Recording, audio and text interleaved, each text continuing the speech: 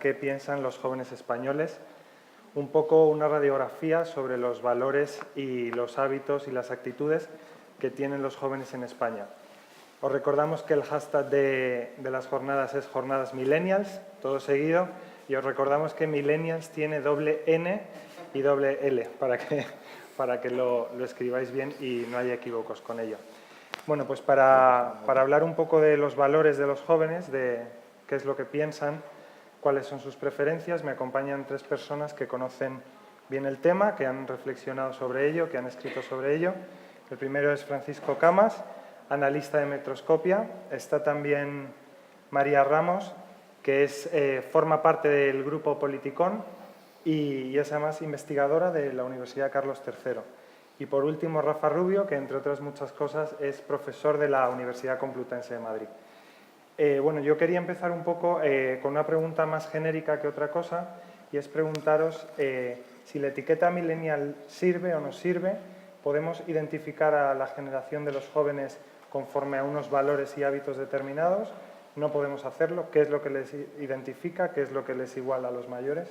Si quieres empezar, María, por aquello de mantener la cortesía, y le hacemos un pequeño homenaje a Umbral también, y nos hablas del libro que acabáis de publicar en Politicón, El muro invisible. Bueno, pues muchas gracias. Y lo hablábamos antes, o de récord, ¿no? Que lo de millennial, es verdad que a veces parece que es solo un concepto que se utiliza para la publicidad, para vender productos. Y yo creo, reflexionando un poco, en el fondo lo que caracteriza a los jóvenes de hoy en día, o por ejemplo nosotros en el libro no hablamos de millennials para nada, ni de ninguna generación en concreto. Lo que hablamos es de los que nacieron a partir de los años 80 y 90. Y lo que comparte esta generación es que dejó de ser niño y empezó a ser joven en un momento de crisis, ¿no? De crisis económica, de crisis política. Por ejemplo, yo en mis alumnos de primeros años de carrera, cuando cuentas cosas, tampoco soy mucho más mayor, ¿no? Pero sí que es verdad que ellos son casi como los argentinos, ¿no? Que nunca han vivido en un momento que no sea de crisis.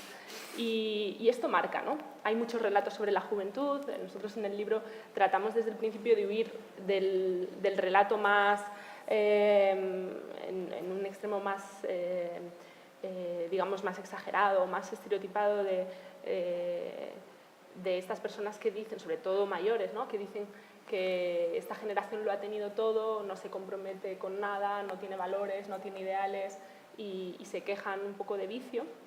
Pero también huimos del otro relato más derrotista, que vendría a decir que todo está muy mal, que es la generación que se enfrenta a más problemas.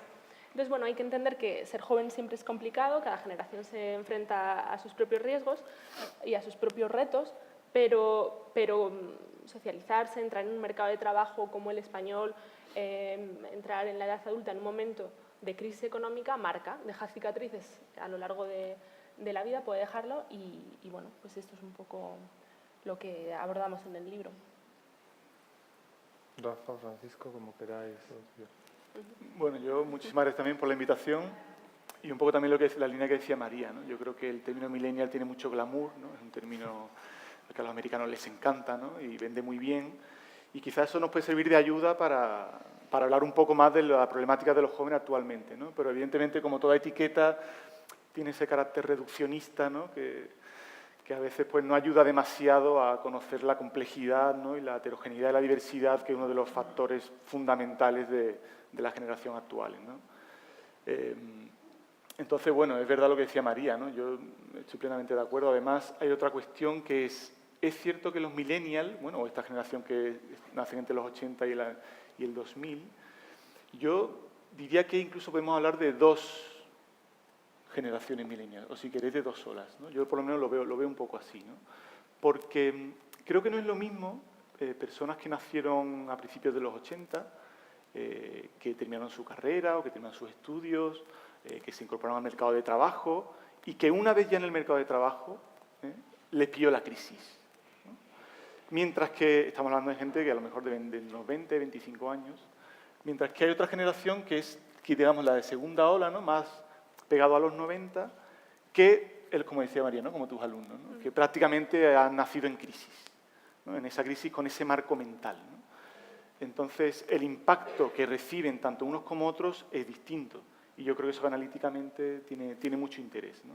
Y quizás hablar de millennial como una categoría cerrada, una etiqueta que pueda englobar todo, pues bueno, esconde muchas cosas y subyace muchas cosas detrás de ella, ¿no? Sí, o sea, yo creo que el tema de las etiquetas, especialmente cuando hablamos de generaciones, que para analizarlas yo creo necesitamos cierta perspectiva, o sea, que hoy podemos empezar a hablar de la generación, pues no sé, con algo de conocimiento, los baby boomers, o podemos empezar, pero claro, cuando nos pegamos tanto a la generación, yo hacía esta mañana un ejercicio, lo de los millennials, como dice Francisco, ha triunfado en el sentido de que ya tiene una etiqueta, pero claro, la generación Z, la lista de etiquetas es infinita, entonces he empezado, porque, bueno, la lista de etiquetas y el desconcierto sobre cuándo la califican, ¿no? Porque hay gente que habla del 96, gente que habla ya del 2000, como estamos hablando nosotros, pero claro, están desde los que lo llaman, o sea, la generación Homeland, no está vinculado a la serie, aunque pudiéramos pensarlo, sino a la Homeland Security Act, porque dicen que condiciona en gran medida el 11 de septiembre, gente que habla de la generación iPhone. En España tenemos nuestras versiones propias de esa generación, porque hablamos de la generación 20, hablamos de la generación del 11M, o sea, en el sentido de que hay una serie de elementos que en mi opinión son absolutamente prematuros, porque claro, en el año 2001 esta nueva generación Z tendría 4 años, 5 años, o sea, no es consciente realmente ni siquiera de lo que pasó, ¿no? Pero cuando tratamos de hablar de generaciones y tratamos de poner etiquetas, me parece que necesitamos perspectiva, porque una de las grandes consecuencias de este estudio, por ejemplo, la generación Z, que era lo que intentaba mirarme, porque sinceramente lo conozco menos, es que al final todo el mundo acaba diciendo, no nos engañemos, es verdad que hay una serie de elementos que condicionan o que pueden condicionar su forma de ser, pues la aparición de las redes sociales, la generación de Internet, pero ahora la verdad a día de hoy lo que podemos analizar es que no dejan de ser unos millennials de los 90, como decía Francisco, un poco desarrollados, pero realmente estamos analizando en streaming casi las generaciones, ¿no? Y estamos analizando además los primeros pasos de esas generaciones, por lo que podemos tratar de averiguar las causas, pero no las consecuencias. Y yo creo que esa es gran parte del problema. Estamos hablando de su educación temprana y de sus primeros pasos de socialización, pero sobre todo cuando empezamos a contar desde los 90, ¿no? Entonces, yo creo que es evidente, y creo que se puede hablar de una serie de elementos comunes, que era un poco lo que preguntabas, pero que estamos muy lejos de poder hacer un análisis que yo creo que sea serio, ¿no? Porque como decía María, o sea, hay una visión derrotista de esta generación, pero luego también hay una versión triunfalista. No ya solo la generación más preparada a la historia, sino que directamente nos hemos puesto a poner etiquetas de la generación más solidaria, la más altruista, la que entiende la economía colaborativa de una manera natural y la más activa en política desde un punto de vista aristotélico, o sea, desde un punto de vista de participación en lo común. Y claro, yo luego cuando empiezas a ver, además de que vemos que es una generación tremendamente compleja y tremendamente dispersa, te das cuenta de que, bueno, que todo tiene mil matices, ¿no? Sí, totalmente. Yo diría, si me permitís añadir, que justo esa diversidad es lo que caracteriza, pero esa distinción, Paco hablaba de olas, ¿no? Y me gusta esa forma de verlo, ¿no? Y es un poco a lo que yo me refería cuando hablaba de los estudiantes que ahora están en los primeros años de carrera. No es lo mismo, en términos de mercado de trabajo, no es lo mismo acabar la parte formativa de tu vida y entrar al mercado de trabajo cuando todavía no se veía tanto la crisis o estábamos en los primeros momentos, y a lo mejor ese es el caso de mi generación, que los que precisamente han entrado en la universidad o se han empezado a formar ya con ese chip cambiado, con esas expectativas de que todo iba mal. Eso en términos laborales. Y en términos políticos, que supongo que luego hablaremos, también es muy importante, y esto está, vamos, todos los estudios sobre socialización política hablan de esto, lo importante que son las primeras elecciones en las que uno se socializa. No es lo mismo haberse socializado en... bueno, el 15M serían los más recientes, pero recordemos que también son millennials, o también podríamos englobar dentro de esta generación los que se socializaron con el nunca más, con el no a la guerra. Socializarse en un contexto o en otro importa mucho. Y ya digo, supongo que hablaremos después, pero la pérdida que han tenido en términos de voto los dos principales partidos, esto tiene influencias a futuro, ¿no? Que decía Rafa, bueno, ¿qué va a ser en el futuro? Tal. Yo creo que esto es muy importante y a veces los partidos hegemónicos durante décadas han dado de espalda precisamente a este fenómeno, ¿no? A lo mejor pensamos, bueno, seguimos con un censo electoral sobre todo mayor, las elecciones se siguen ganando o manteniendo, pero el hecho de que unos jóvenes entren en su proceso de socialización política desencantados con unas opciones políticas tiene incidencias a futuro y creo que es algo sobre lo que hay que repensar. Pero bueno, no quiero adelantarme, que supongo que irán saliendo estos temas. Vamos a ir ahí, vamos a ir de lo genérico a lo concreto, pero bueno, la parte política le vamos a dedicar una parte relevante porque es lo que además nos interesa a todos. Pero volviendo un poco al tema del pluralismo o de la diversidad de valores de esta generación, porque en esas dos visiones que habéis mencionado un poco siempre hay como... Son valores que en realidad están enfrentados, porque es una generación narcisista, ¿no? El selfie, Instagram, Facebook, Twitter, el iPhone todo el día, el yo, me generation, pero luego también se dice que es la generación más solidaria, que es una generación más tolerante, más abierta, que es capaz de reconocer esa diversidad en sí misma y de aceptarlo en los demás. Todo lo que está habiendo ahora de evolución social respecto a los temas de identidad y de género, cómo los jóvenes suelen ser mucho más abiertos en ese sentido. ¿Hay ya estudios que demuestren que son de una determinada manera, son de otra? ¿Es tan plural que no lo podemos saber o sí que predominan ciertos valores sobre otros respecto a las generaciones mayores? O sea, yo creo que hay un tema, aunque volvemos un poco a la política, pero que tiene que ver con eso y que refleja más o menos bien un estudio, o sea, del año 2006, yo creo, de la Universidad de Harvard, que responde a un estudio encargado por el Sierra Club, que preocupado por su militancia, o sea, el Sierra Club es más o menos la asociación medioambientalista más numerosa en Estados Unidos, y que preocupado por la pérdida de militancia, la pérdida de asociados, pregunta a estos investigadores qué le está pasando a los jóvenes, por decirlo de alguna manera, qué le está pasando en general a su militancia, ¿no? Y es un estudio que luego Obama reconoce que utilizó de una manera bastante activa en la campaña de 2008 a la hora de definir la campaña. Y acuñaba un concepto que yo creo que refleja muy bien esa contradicción de la que tú hablabas, que es el individualismo comunitario, ¿no? O sea, la gente quiere participar de una manera activa y lo quiere hacer acompañado, pero no necesariamente con un sentido de pertenencia a una institución, una organización. Esto, cuando hablamos de política, se dispara además, o sea, el no sentido de pertenencia ni político a un partido ni institucional, incluso, pero cuando hablamos de solidaridad o de participación social, también ocurre con las ONGs, ¿no? O sea, ha habido una caída fuerte de la adscripción a las ONGs, pero a la vez hay una participación activa de la gente en las ONGs. Esto, de lo que se habla también en general, hablando de política, de la gente se pone de acuerdo para participar de manera individual para lograr unos objetivos comunes. Y en eso entienden el peso del acompañamiento, o sea, el peso y las posibilidades que la tecnología les da de coordinarse, de trabajar con otros, de conocer a gente que de otra forma no podrían conocer, pero siempre o sea, primando un elemento, como tú decías, individual, ¿no? O individualista, no sé. Sí, a mí la verdad es que me resulta muy difícil definir y decir los millennials son. Bueno, en primer lugar porque yo soy millennial, entonces hablar de los millennials es como hablar de mí al mismo tiempo que tratar de hablar de los demás, ¿no? Entonces siempre me cuesta un poco, porque claro, es mi generación, es lo que he compartido, es lo que he vivido y las experiencias son múltiples. Yo ahondaría un poquillo más en la idea de que efectivamente cuáles son los valores predominantes, ¿no? O quizás mayoritarios, ¿no? Cuáles son los que de alguna manera destacan más por algún motivo, ¿no? Y tiene toda la razón. Yo creo que cualquier generación, la generación X, la de Baby Boom, todas en sí mismas guardan contradicciones, ¿no? Y muchas de ellas hasta se heredan, ¿no? De generación en generación.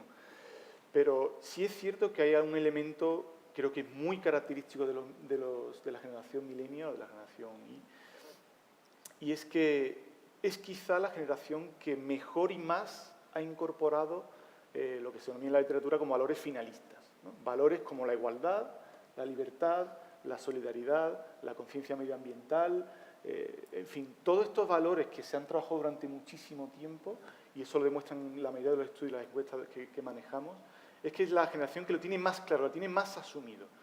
Pero ojo, eso no quiere decir que luego ellos se comporten siempre de acuerdo a estos ideales. Es decir, una cosa es haber adquirido la conciencia de lo importante que es la igualdad entre hombres y mujeres, la importancia que tiene la libertad, la solidaridad, el respeto, etcétera, etcétera. Pero otra cosa es luego cómo nos comportamos en el día a día, ¿no? Entonces, a mí, por ejemplo, me resulta muy curioso cómo en muchos estudios sobre igualdad de género, por ejemplo, la mayoría reconoce y dice que el modelo ideal de familia actual es el modelo igualitario, ¿no? Es aquel en el cual tanto la mujer como el hombre trabajen y compartan las tareas del hogar y la conciliación y todo, ¿no?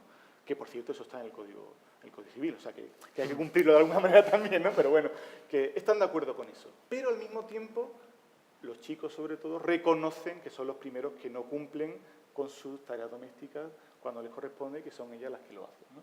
Por lo tanto, en esa brecha entre valores finalistas que hemos incorporado y luego cómo nos comportamos, en esa brecha yo creo que están muchas de esas contradicciones y un poco también la complejidad, aunque solo sea un ejemplo, ¿no?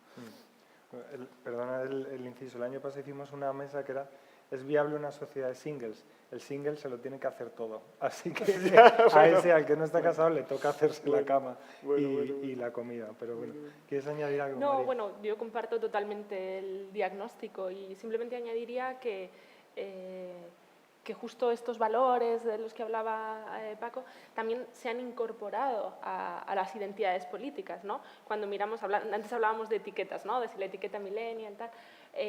Las etiquetas en política también son importantes, ¿no? ¿Cómo se define uno como liberal, progresista, conservador, socialdemócrata? Bueno, pues cada vez más los jóvenes se definen, y esto es una brecha con respecto a los mayores, como ecologista, feminista.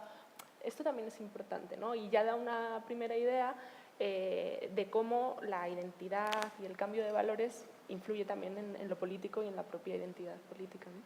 Vamos ahora a eso, un elemento central que tratáis vosotros y, bueno, y que habéis mencionado también es el de crisis.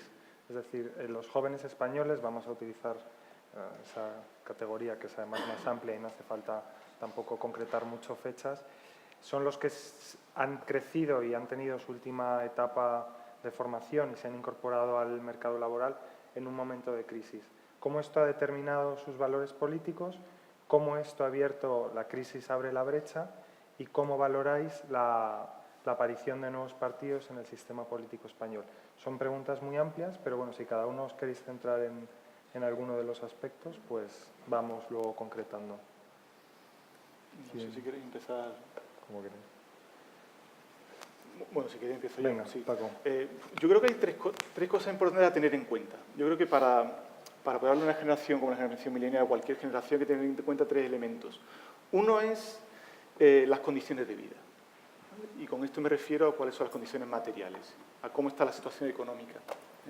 Y desde este punto de vista habría que también el problema demográfico, de cuál es la estructura demográfica del país y cómo son las condiciones económicas del país en ese momento en el cual no solo los jóvenes se socializan, sino en el cual tratan de encontrar o canalizar su vida, ¿no? y tratar de encontrar sus aspiraciones, ¿no?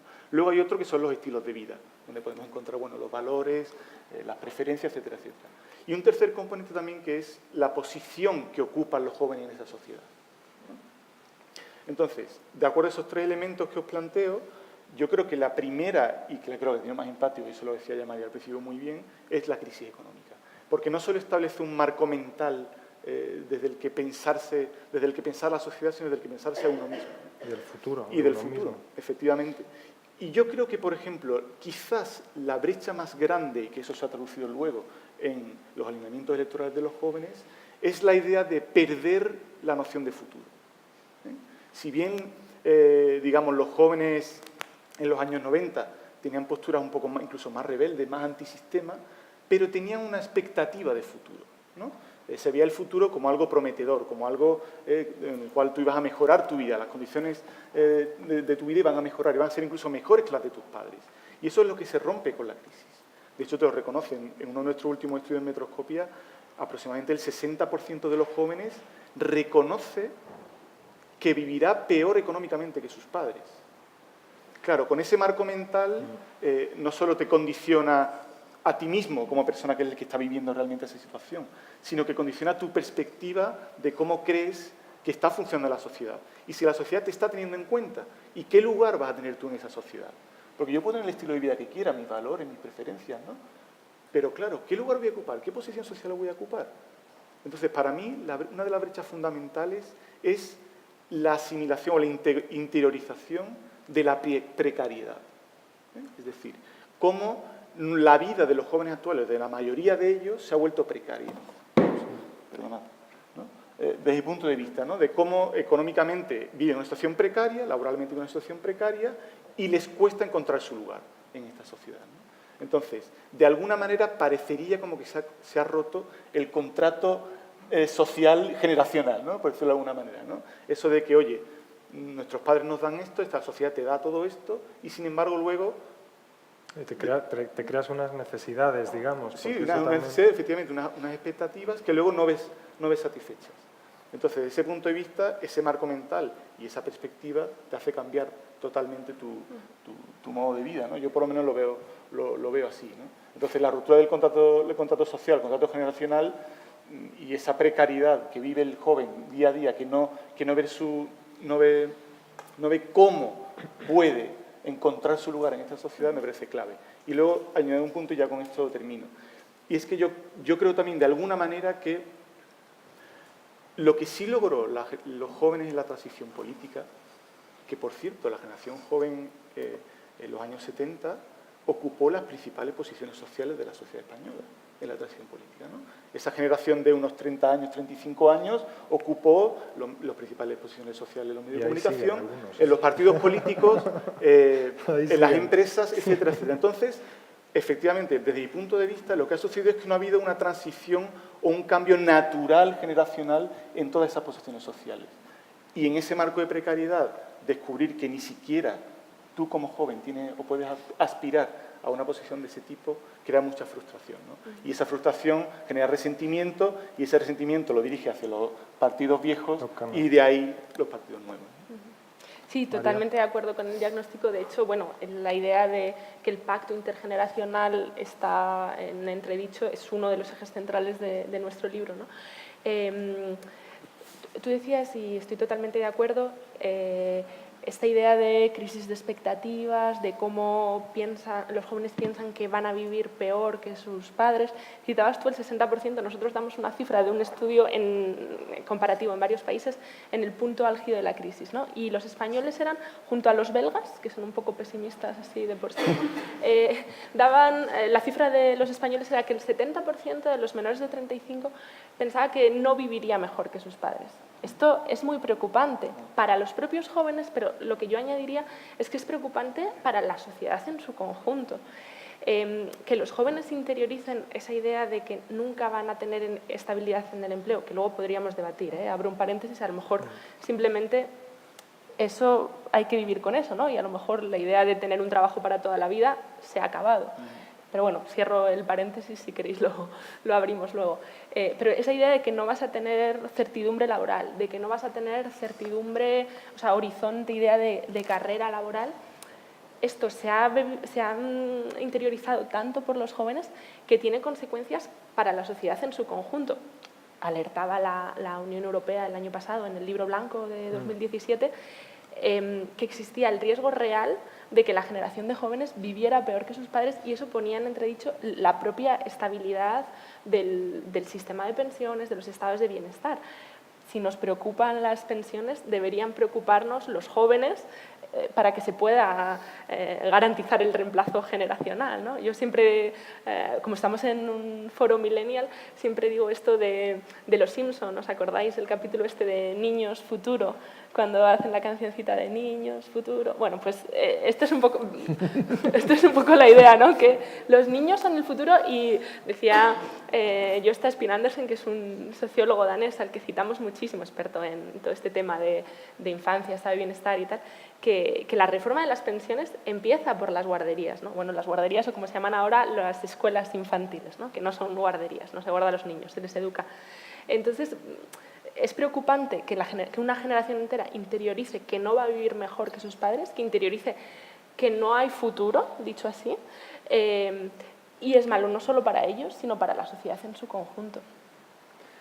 Un segundo, Rafa. Claro, pero también si esos valores están asociados a la crisis, en el momento en el que no hay crisis, también pueden mejorar las expectativas, o incluso la siguiente generación puede ser más optimista, digamos, y eso también tiene unos efectos políticos, ¿no? O sea que ¿hasta qué punto es coyuntural la asociación de la crisis con la determinación futura de la política? Luego, que si queréis, Sí, luego ahondamos. le dejamos O sea, a no, Rafael. simplemente plantear dos preguntas a las que no tengo respuesta, pero que entran un poco en lo de la contradicción, lo que habláis antes, ¿no? O sea, porque por un lado es evidente que la ausencia de futuro, o más que la ausencia de futuro, la ausencia de perspectivas favorables de futuro es un hecho que condiciona de una forma u otra la actitud de los jóvenes ante la sociedad, ante lo político, ante su propia vida personal.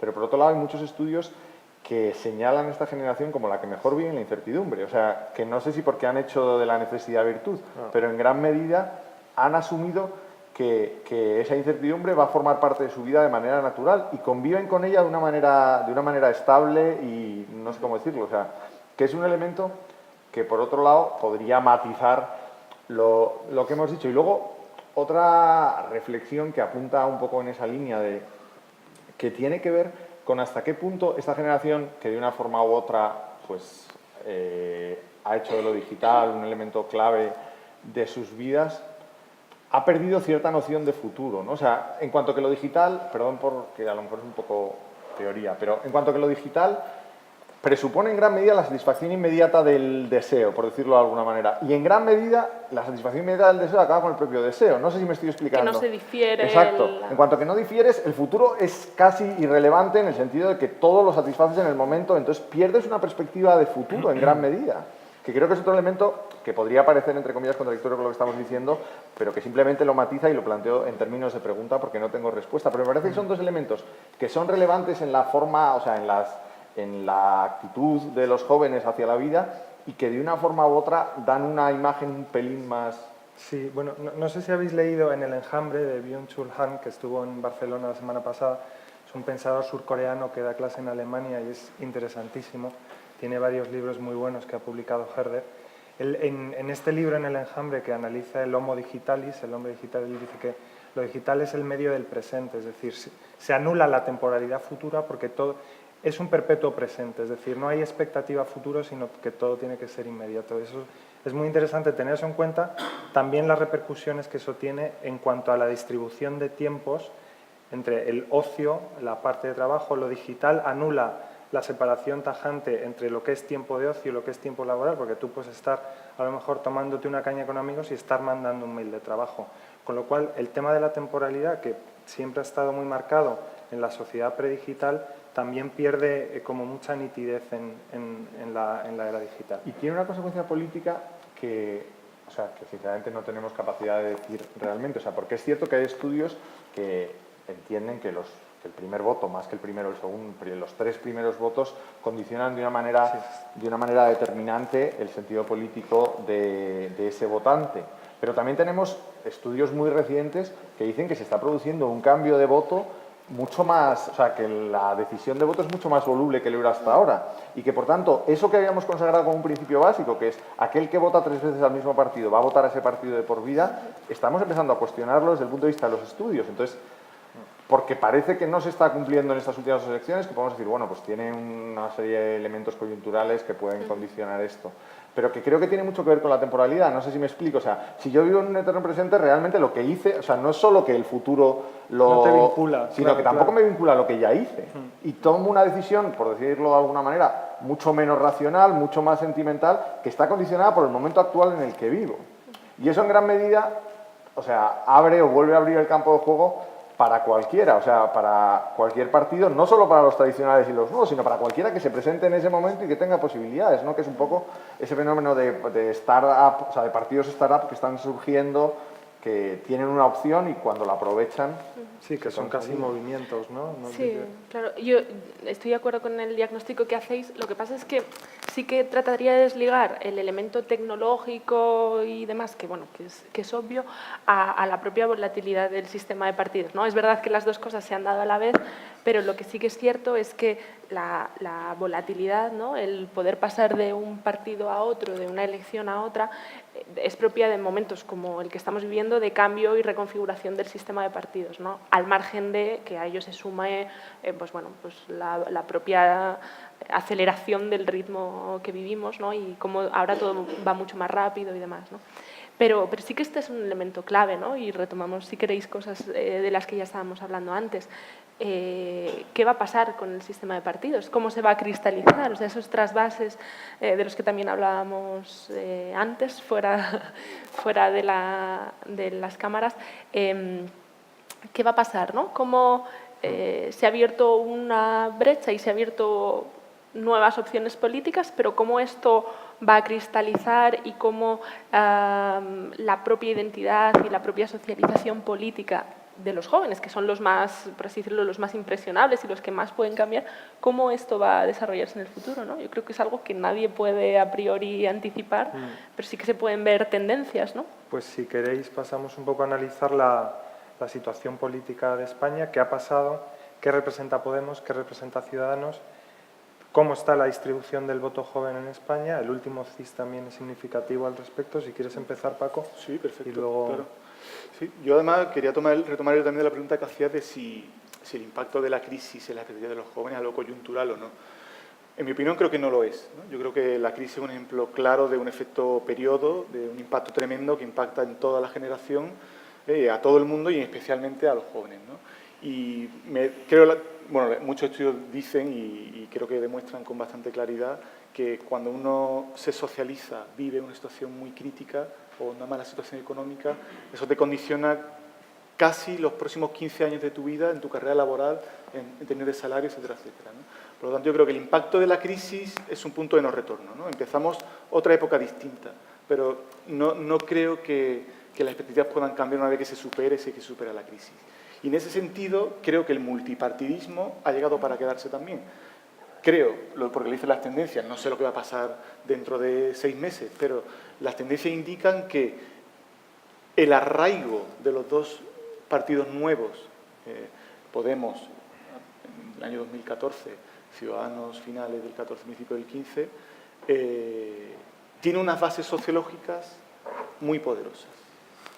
No son simplemente estados de ánimo nuevos, distintos, que canalizan determinados intereses de la generación, sino que encajan y entroncan muy bien con una frustración, una desafección muy importante frente al sistema político.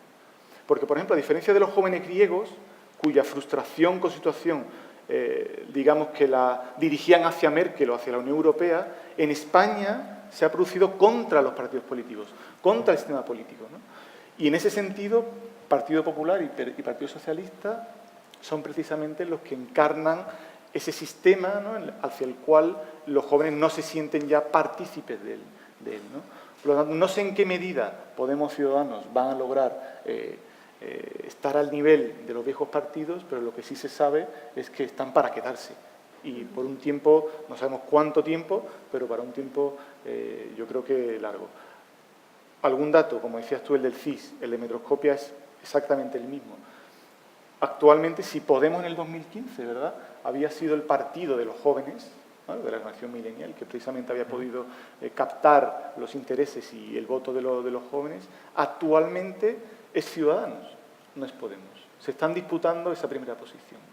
Según los datos que yo manejo y los que demuestra el CIS, es que Podemos ahora mismo solo sería primera fuerza entre los menores de 25 años. Si viéramos en dos mitades, digamos, a la gran generación millennial, los más jovencitos, quizás ya los centennials o la generación Z, serían quienes todavía en mayor medida darían su voto a Podemos en mayor medida que a Ciudadanos. Mientras que Ciudadanos ya está siendo primera fuerza entre 25 y 34, ¿no?, que sería... En todo caso, los dos partidos nuevos. En todo caso, los partidos nuevos. PP y PSOE han perdido la mitad de su electorado joven desde la crisis. Esto es así. La mitad. Se han quedado con la mitad de jóvenes. Sigue habiendo jóvenes que votan a PP y a PSOE, pero son la mitad. Y Podemos y Ciudadanos son el doble, quiero decir, los jóvenes votan el doble a Podemos y Ciudadanos antes que a PP y PSOE.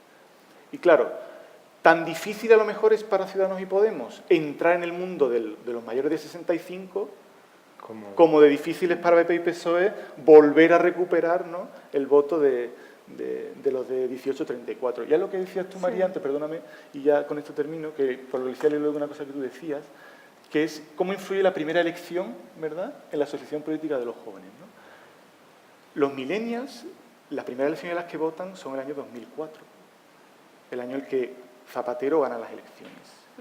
Y muchos de esos jóvenes, no sé si os acordáis de ese mensaje, muchos de los jóvenes socialistas que votaron a Zapatero, no sé si os acordáis del mensaje que dijeron esos jóvenes a Zapatero. Fue, no nos falles. Fue como una especie de última oportunidad, ¿verdad? Fue como, oye, este turnismo de PP y PSOE parece que ya no nos acaba de convencer, pero esta es como nuestra última oportunidad, ¿no? Entonces, esos jóvenes millennials que votaron en 2004, que votaron en 2008, se socializaron en ese momento, vieron frustradas sus expectativas con lo que sucedió entonces. Y de ahí, entre otros muchos elementos, el voto a nuevos partidos como Podemos. Sí, totalmente. Y claro, simplemente quería ahondar en lo que decía Paco, suscribiendo todo.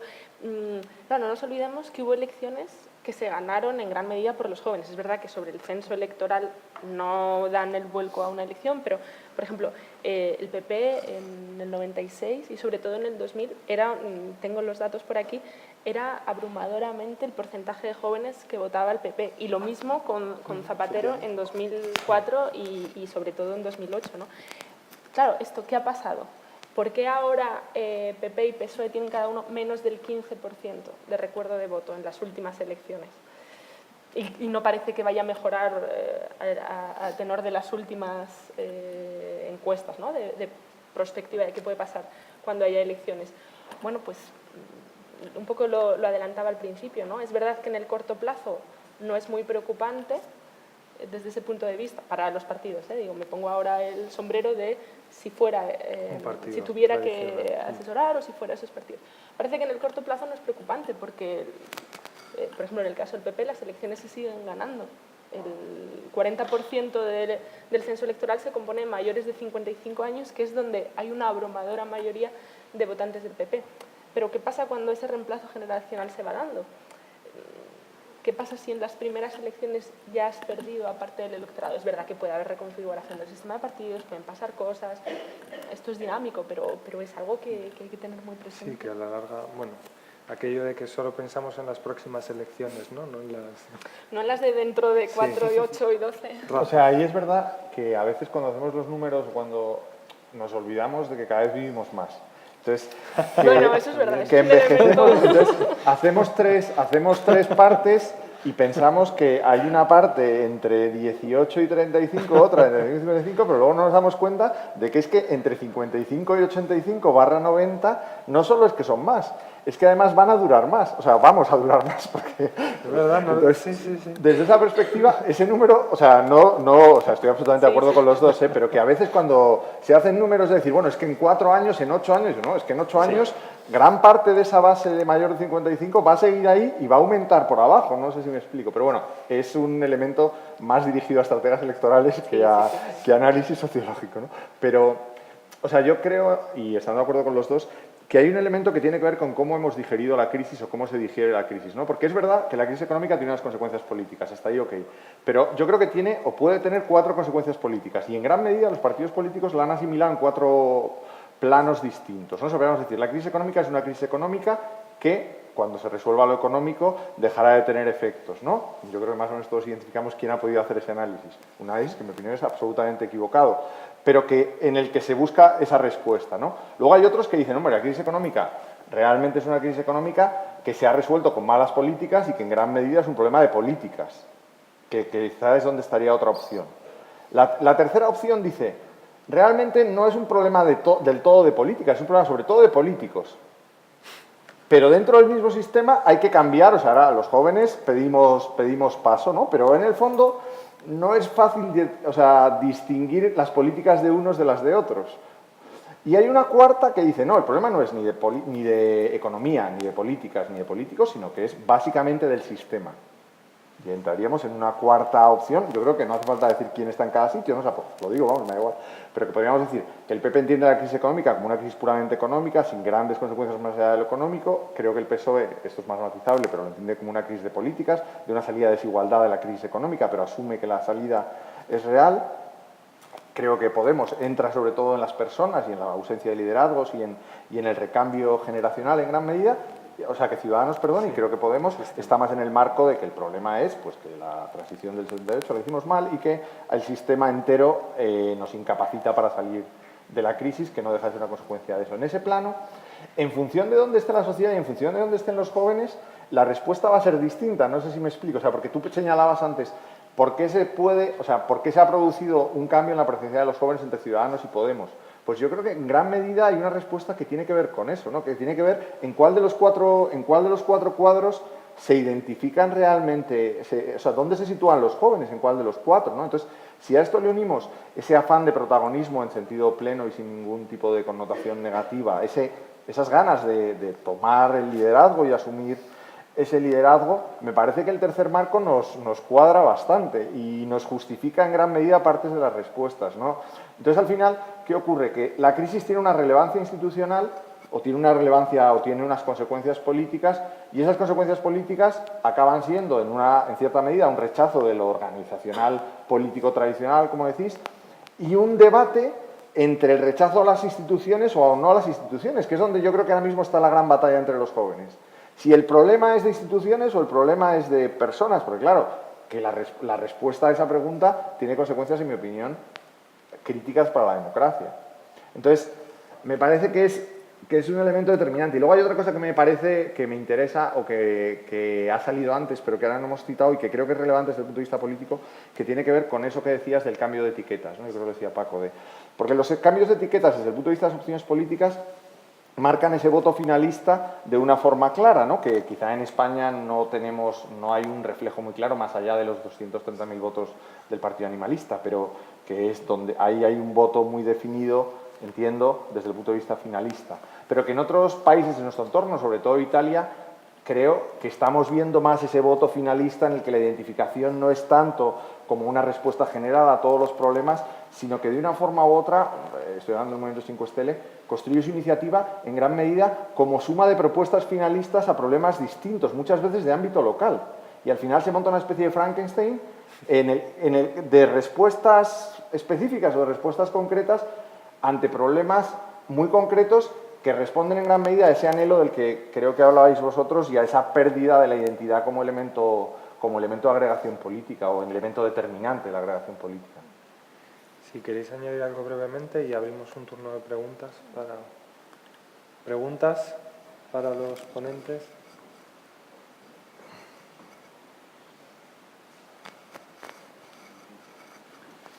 Por allí. ¿Qué opinión les merece el papel Hay de las... micrófono, un segundo. Sí. Gracias. ¿Qué opinión les merece el papel de las redes sociales, del que tanto se habla, verdad? Y que parece que tanto condiciona a esta generación. Gracias. ¿En qué? ¿En los cambios en las redes sociales? Pero En general, o para la política. Para la generación millennial. Bueno, yo creo que es constitutivo, casi constitutivo del nuevo momento y de esta generación, ¿no? Como decía tú, al hilo del cambio tecnológico, el cambio digital, ¿no? Las nuevas maneras de comunicarse, de transmitir la información y de herramientas para informarte, creo que no podemos entender, ni mucho menos, el cambio que se está produciendo a nivel que yo hablaba de condiciones de vida estructural, con el tema de estilos de vida, ¿no? Y de cuáles son las preferencias, cómo satisfacer esas preferencias, cómo canalizar mis aspiraciones vitales, cómo vivir, al fin y al cabo, cómo vivir mi vida, ¿eh? No podemos entenderlo sin estas nuevas herramientas, ¿no? Yo sí me hago la pregunta de, oye, los millennials siempre solemos soltar etiquetas así con mucha facilidad, ¿eh? Porque queremos que nos da seguridad, ¿no? Los millennials son narcisistas, o son solidarios, o son tal, ¿no? Y nos gusta porque nos da seguridad y nos ayuda a categorizar, ¿no? Pero yo me pregunto, oye, ¿qué hubiera pasado si los jóvenes de la transición hubieran tenido un smartphone? Claro, quiero decir, evidentemente hubiera condicionado todo, ¿no? Aunque hubiera sido el mismo momento histórico, ¿no? Se habrían hecho selfie, habrían dicho, a ver cómo salgo con la chaqueta de pana y tal, o cualquier cosa, ¿no? Entonces, las herramientas están ahí, ¿no? Y evidentemente modifican comportamientos, moldean la transmisión de esa información, etcétera, etcétera.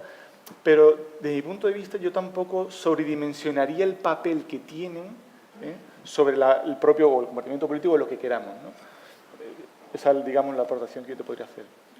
Sí, yo también muy brevemente, al hilo de esto también, yo no sobredimensionaría el efecto que tienen, como a veces se dice, sobre, bueno, es que están todo el día los jóvenes o en las redes sociales, se aíslan de su entorno, se vuelven más individualistas, metidos en sí mismos.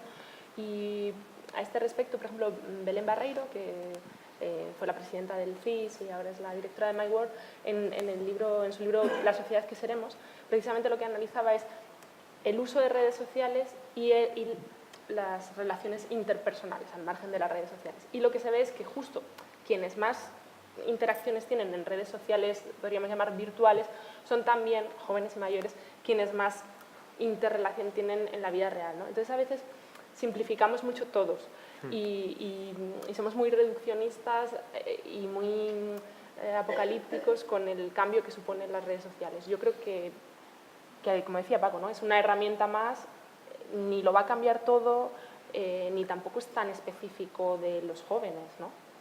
El uso de WhatsApp y todo esto en todas las edades, ¿no? Es bastante transversal. No, por aportar un dato más que yo creo que confirma lo que habéis dicho los dos, ¿no? Pero que estamos hablando de unas herramientas que surgen en 2006 y que se generalizan en 2008, 2009. La generación millennial tenía entre 20 y 30 años, o sea, que venían ya formados de casa, no sé si me explico. Entonces, a partir de ahí yo creo que el uso instrumental se caracteriza mucho más, o sea, que tienen mucha menos capacidad por el grado de madurez que adquieren aquellos que empiezan a utilizarlas, tienen menos impacto, en mi opinión, en la formación de esas personas, ¿no? Entonces, yo creo que eso, que como instrumento es válido, pero que no condicionan en gran medida su forma de ser, y si algo condiciona, en mi opinión, tiene más que ver con WhatsApp que con las redes, ¿no? O sea, con esas herramientas de hiperconexión en tiempo real y en tiempo directo que creo que pueden tener una incidencia mucho más potente, pero que también son posteriores, o sea, que aparecen posteriormente en el tiempo, ya estamos hablando de 2010, o sea, su generalización, incluso 2012, ¿no? Entonces, claro, eso te cambia mucho más el escenario. Eugenio. Bueno, yo primero felicitar a los tres y tal, he aprendido mucho, soy un carroza aquí pero en fin, me siento muy a gusto. Y quería hacer dos preguntas, podría hacer muchas veces, pero dos preguntas. Una, vamos a ver, yo estoy de acuerdo con que el problema de los millennials es que vitalmente les ha tocado instalarse en una crisis, sobre todo de larga duración. El problema de las crisis no es solo la intensidad de la crisis, sino la duración. Y esta, llevamos ya 8 años por lo menos, más que la Segunda Guerra Mundial, más que una guerra mundial, y ese tipo de momentos, por ejemplo, en Europa transformó, es decir, se llegó a la posguerra y ahí, digamos, empezaron un poco con nuevos parámetros. La pregunta, en esos nuevos parámetros que les tocará liderar a los jóvenes que han experimentado la crisis en sus propias carnes, hay un cuestionamiento del sistema económico o socioeconómico con el que han vivido y que a ellos no les ha ido bien, no les ha funcionado bien, llamémoslo el sistema que llamamos el sistema de mercado, el sistema de Europa para planteamientos más de tipo de cambios radicales o revolucionarios. Eso serían, digamos, los de Podemos los que estarían en esa posición, pero podríamos generalizar, o en las actitudes, este sistema con todos sus defectos es el que creen que con cambios o lo que sea va a funcionar el futuro. Esa es la primera pregunta. Y la segunda, esto es muy último, llevamos ya meses en la vida nacional en el que la primera se ha replanteado el tema de la cuestión nacional, la conciencia nacional española, por el tema de Cataluña. Vosotros notáis qué percepciones hay una revitalización de la conciencia nacional en los jóvenes, sería uno de los factores por los que apuestan a Ciudadanos, que es el sujeto político que más se ha decantado, digamos, una posición de afirmación de la conciencia nacional, o es un tema que no es relevante en las percepciones de los jóvenes. O sea, yo me quedo con la primera, si queréis.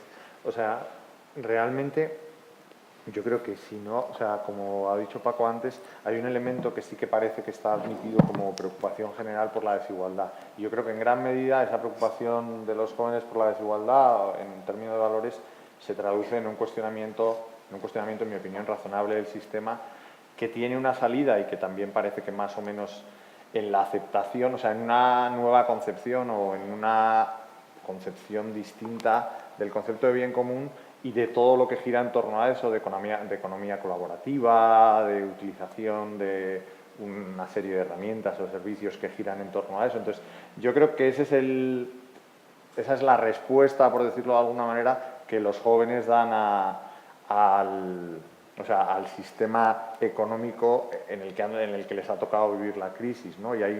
Y creo que sí que hay una serie de datos sobre uso de este tipo de herramientas, ya sea de coches, de alquiler de casas o de lo que sea, que ponen de manifiesto cómo este tipo de herramientas, en las que la tecnología tiene un papel esencial, pero que van más allá de la tecnología, que vuelve a ser puramente instrumental, es en gran medida una respuesta ante esto.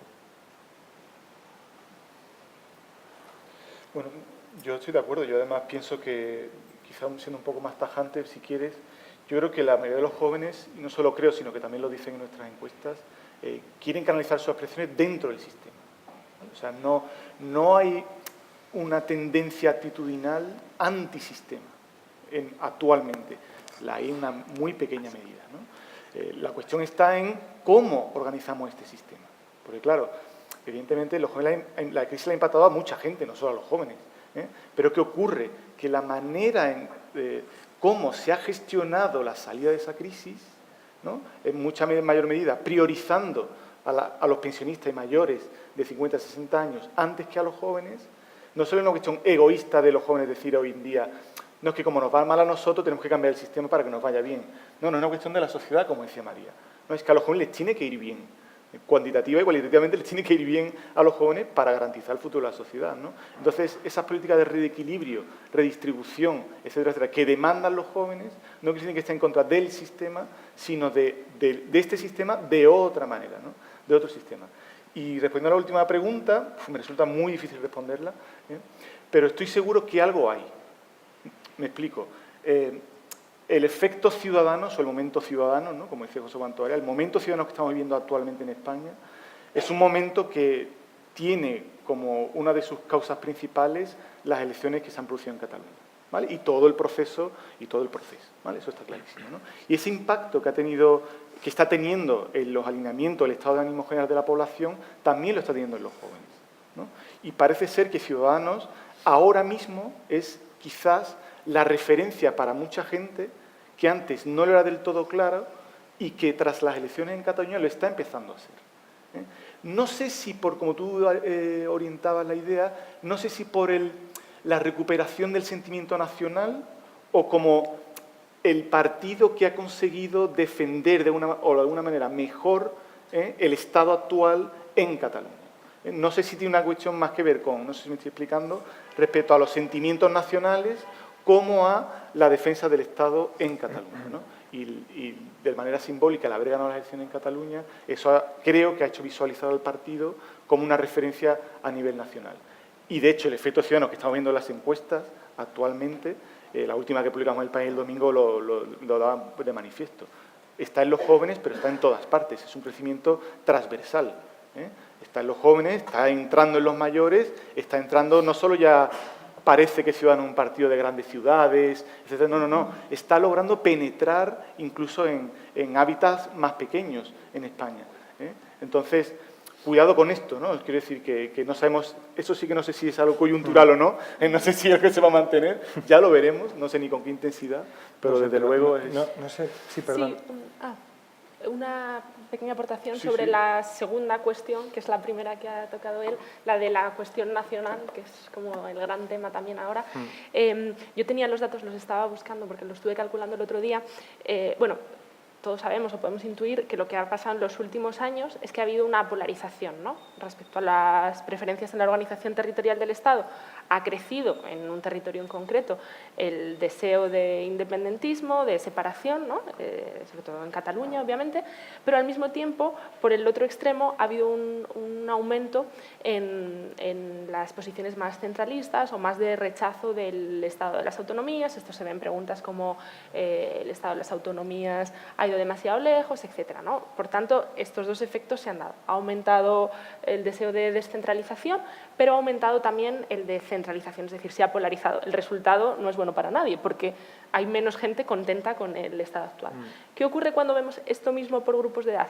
Pues yo creo que es una buena noticia, en cierto modo, y me explico, porque los jóvenes son los que más satisfechos están con el statu quo, es decir, que tienen, frente a lo que podríamos pensar, a lo mejor, tienen menos posiciones de rechazo de cómo el estado de autonomías funciona en la actualidad. Entonces, no sé si eso responde a su pregunta y entronca precisamente también con esta idea, ¿no?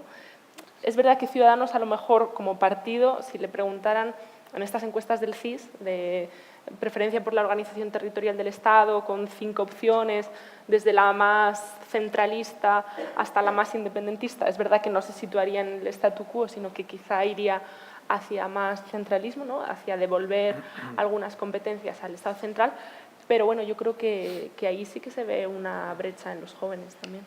No sé si veis Fort Apache, yo lo veo de vez en cuando, son debates bastante interesantes para entender cómo piensa la izquierda. Pablo Iglesias ha repetido alguna vez que la crisis catalana es el 15M de la derecha.